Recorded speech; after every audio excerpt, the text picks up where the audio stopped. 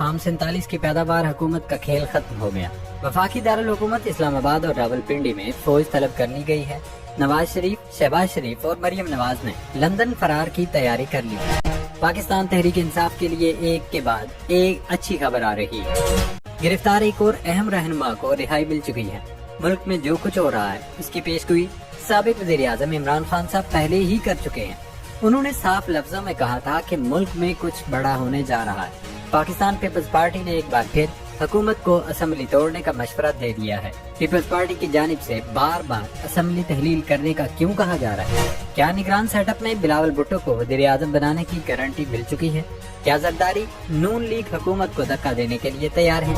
इस वीडियो में इन तमाम इश्यूज पर डिस्कशन होगी।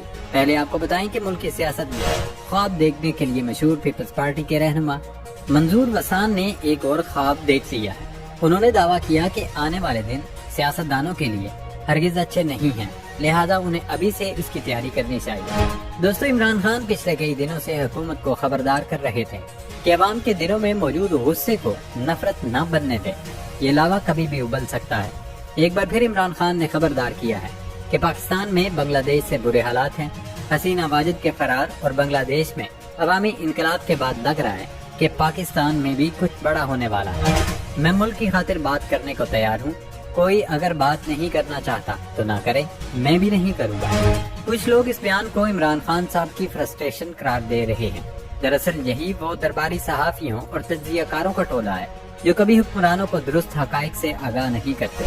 हसीना वाजिद के खिलाफ अवाम में इस कदर गुस्सा था, लेकिन उसके बावजूद हसीना वाजिद जिस दिन भारत फरार हुई, उन्होंने मामूल के मुताबिक खाने में अपनी पसंद की डिशेस बनवाई थी। इससे अंदाजा लगा लें कि इक़्तिदार की राहदारियों में बैठे हुक्मरान जमीनी हकाइक से किस कदर नावाकिफ होते हैं। खैर, ये बयान हरगिज उनकी फ्रस्ट्रेशन नहीं बल्कि जज्बात की तर्जुमानी है, क्योंकि उनका जीना मरना पाकिस्तान में है और वो इस मुल्क पर आंच नहीं आने देना चाहते। लेकिन जाहिर है एक शख्स बार बार पुकार रहा है कि तबाही से पहले मिल बैठकर बातचीत से मसाइल हल करें और नए इंतखाबात कराएं। एक बात तो तय है कि हमारे इन मसाइल का हल नए मुनसफाना इंतखाबात के सिवा कुछ नहीं है। बांग्लादेश में भी जनवरी में होने वाले इंतखाबात तक अवाम ने सब्र किया, लेकिन जब इन इलेक्शंस में अपोजिशन का गला घूंटा गया और ऐसे इंतखाबात कराए जिसमें सिर्फ अवामी लीग के उम्मीदवारों को ही इलेक्शन लड़ने की इजाजत मिली और उन्होंने ही कामयाबी समेटी, तो फिर अवाम बिफर गए और सड़कों पर उन्होंने वो ऊधम मचाया कि अल अमान वल हफीज। इमरान खान ने सहाफियों से गुफ्तगू में एक और खदशा जाहिर किया। उनका कहना था कि बांग्लादेशी वजीर आजम शेख हसीना वाजिद तो अवामी गम गुस्से का सामना नहीं कर सकते और भारत फरार हो गई। कहीं जरदारी, नवाज शरीफ, शहबाज शरीफ और मरियम नवाज भी लंदन न भाग जाएं। वैसे भी इन लोगों का ट्रैक रिकॉर्ड रहा है कि ये महज हुक्मरानी करने पाकिस्तान आते हैं। जैसे ही हुकूमत जाती है तो जरदारी साहब दुबई में डेरे डालकर बैठ जाते हैं और शरीफ फैमिली लंदन को अपना मस्कन बना लेती है।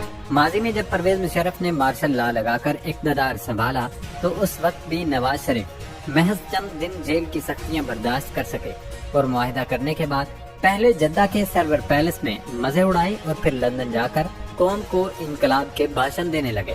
इमरान खान साहब ने नवाज शरीफ, आसिफ जरदारी, शहबाज शरीफ और मोहसिन नकवी का नाम एग्जिट कंट्रोल लिस्ट में डालने का मुतालबा कर दिया, लेकिन इस मुतालबे की खास बात यह है कि उन्होंने अपना नाम भी ECL में डालने का मुतालबा किया ताकि अवामी इनकलाब के बाद उनमें से कोई भी बैरून मुल्क फरार न हो सके और इस साजिशी टोले से एक एक गुनाह और जुर्म का हिसाब लिया जा सके। वैसे भी जब तक इस मुल्क में सजा और जजा का निजाम कायम नहीं होगा, ये तमाशा चलता रहेगा। कोई भी लीडर मुल्क को कितना ही नुकसान पहुंचाए, लूट मार करे, करप्शन की दौलत बैरून मुल्क मुंतकिल करे, बिजली के मंसूबों में कमीशन और किक बैक्स खाए, लेकिन किसी को आज तक सजा नहीं मिल सकी, क्योंकि जिस रुकन असेंबली, वजीर, मशीर या पार्टी कायद पर नैब का हाथ डाला जाता है उसे सियासी इंतकाम करार देकर कुछ अरसे बाद जमानत दे दी जाती है और वो करप्ट शख्स सिस्टम का मजाक उड़ाते हुए दोबारा वहीं से चोरियों का आगाज करता है जहां सिलसिला रुका होता है। दोस्तों, एक तरफ इमरान खान साहब खबरदार कर रहे हैं कि मुल्क में कुछ बड़ा होने जा रहा है, वहीं जयाले रहनुमा मंजूर वसान भी ऐसी ही पेशगोई कर दी है। उनका कहना है कि मुल्क में 2 या 2.5 महीनों के दौरान कुछ भी हो सकता है। सोशल मीडिया पर जारी बयान में मंजूर वसान ने कहा कि मुझे अच्छे दिन नजर नहीं आ रहे। मुस्तकबिल करीब में अदलिया, इदारों और सियासतदानों के दरमियान महाजराई बढ़ सकती है। جس کا نتیجہ ٹکراؤ کی شکل میں سامنے آنے کا خطرہ ہے۔ ملک میں 2 یا 2.5 ماہ کے دوران کچھ بھی ہو سکتا ہے۔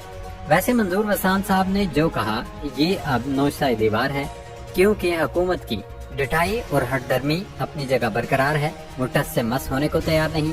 سپریم کورٹ نے محض نشستوں سے متعلق تاریخی فیصلہ دیا، لیکن یہ سازشی ٹولہ عدالتی فیصلہ تسلیم کرنے کے بجائے مختلف ہیلے بہانوں سے سپریم کورٹ کو نیچا دکھانے کی کوشش کر رہا ہے۔ اب پی ٹی آئی نے سپریم کورٹ سے رجوع کر لیا ہے اور اس کیس میں یقینی طور پر شہباز شریف پر توہین عدالت کی تلوار چل سکتی ہے۔ دوستو، منظور وسان نے ایک بار پھر شہباز شریف کو قومی اسمبلی تحلیل کرنے کا مشورہ دیا ہے۔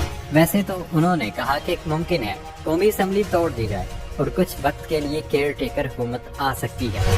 اب لفظوں کا چناؤ انہوں نے ایسا کیا ہے، لیکن ڈھکے چھپے الفاظ میں وہ حکومت کو پیغام دے رہے ہیں کہ ان کے لیے بہتر ہے ابھی اسمبلی تحلیل کریں اور پتلی گلی پکڑ کر نکل آئیں، ورنہ ان کا حال بھی کچھ اچھا نہیں ہوگا۔ منظور وسان نے جو سیاستدانوں کے بارے میں پیش گوئی کی ہے، آنے والے دن ان کے لیے اچھے نہیں ہیں۔ دراصل وہ مسلم لیگ نون سے ہی مخاطب تھے، کیونکہ ان کی پارٹی کے لیے تو آصف زرداری ڈیل کر چکے ہیں اور انہیں یقین ہے وہ قومی حکومت یا کیئر ٹیکر سیٹ اپ میں بلاول بھٹو کو اہم ترین عہدہ دلوا دیں گے۔ لیکن انہیں شاید اندازہ نہیں، جب ڈنڈا چلتا ہے تو پھر کوئی بھی محفوظ نہیں رہتا۔ ناظرین، پی ٹی آئی کے لیے اچھی خبر آنے کا سلسلہ جاری ہے۔ عدالت سے پی ٹی آئی کو ایک اور ریلیف مل گیا ہے۔ طویل عرصے بعد عالیہ حمزہ کو گجرانوالہ جیل سے رہا کر دیا گیا ہے۔ عالیہ حمزہ کی روبکار آج گجرانوالہ جیل میں جمع کروائی گئی تھی، جس کے بعد انہیں رہا کیا گیا۔ وہ جیل سے اپنے اہل خانہ کے ساتھ روانہ ہو گئی۔ اس سے قبل لاہور ہائی کورٹ نے پولیس اور دیگر اداروں کو 29 اگست تک عالیہ حمزہ کی گرفتاری سے روکا تھا۔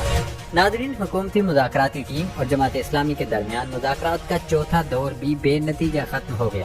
حکومت جماعت اسلامی کے دھرنے کو سنجیدہ لینے کو تیار نہیں اور ایک اہم ترین عوامی مسئلے پر لوگوں کو ریلیف نہیں دینا چاہتی۔ فی الحال تو حکومت نے جماعت اسلامی کو دوبارہ مذاکرات کا لالی پاپ دیا ہے، لیکن ان کے عزائم عطا تارڑ کے بیان سے واضح ہیں۔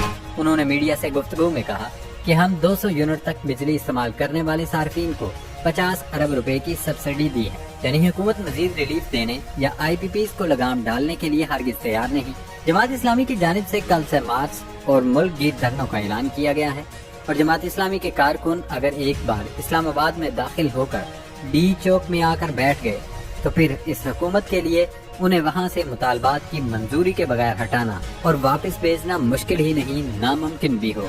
ویسے بھی فارم 47 کی پیداوار حکومت کو شاید عادت پڑ چکی ہے کہ وہ ہاتھوں سے لگائی گانٹھیں دانتوں سے کھولیں۔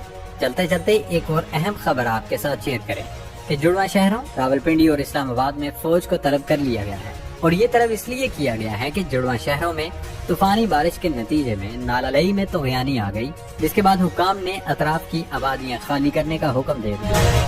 راولپنڈی کٹاریاں کے مقام پر نالہ لئی میں پانی کی سطح 22 فٹ سے تجاوز کر گئی ہے، جبکہ گوال منڈی کے مقام پر نالہ لئی میں پانی کی سطح بھی خطرناک حد کو چھو رہی ہے۔ فلڈ کنٹرول روم کی جانب سے الرٹ جاری کر دیا گیا ہے۔ دوسری جانب راولپنڈی میں بارش سے متعدد نشیبی علاقے زیر آب آ گئے، جس کے بعد انتظامیہ نے فوجی دستے، ریسکیو 1122 اور دیگر اداروں کو طلب کر لیا ہے۔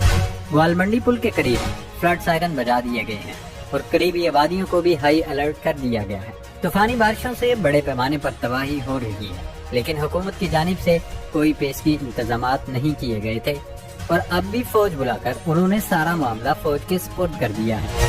دعا ہے اللہ پاک ہمیں رحمت والی بارش عطا کرے اور آفات اور مصیبتوں سے محفوظ رکھے۔